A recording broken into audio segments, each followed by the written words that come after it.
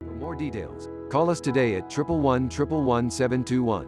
Open an account with Standard Capital Securities. Start investing in your financial future.